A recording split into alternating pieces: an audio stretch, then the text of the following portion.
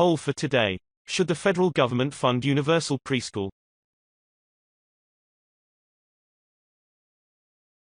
Watch Mike barely picks up Pelosi asking what's the point of enforcing immigration laws.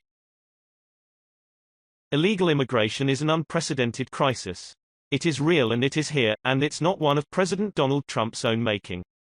And all the grandstanding and gaslighting by the left won't make it less real or less imminent. Texas Republican Representative Dan Crenshaw is right on the money, as usual, when he says that Democrats have refused to support funding for resources at the border, have offered no solutions.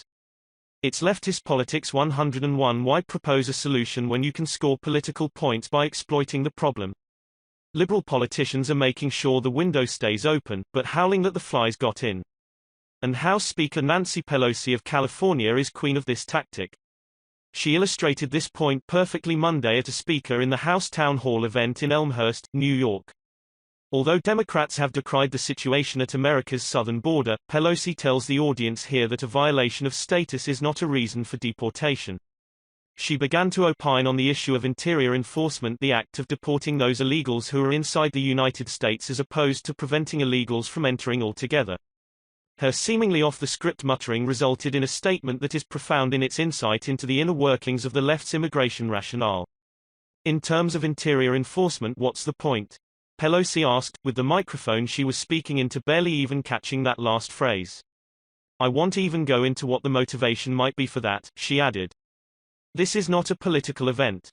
Political event or not, the Speaker of the House just asked a rhetorical question that implies she sees no point in enforcing immigration laws once the illegals have entered the U.S.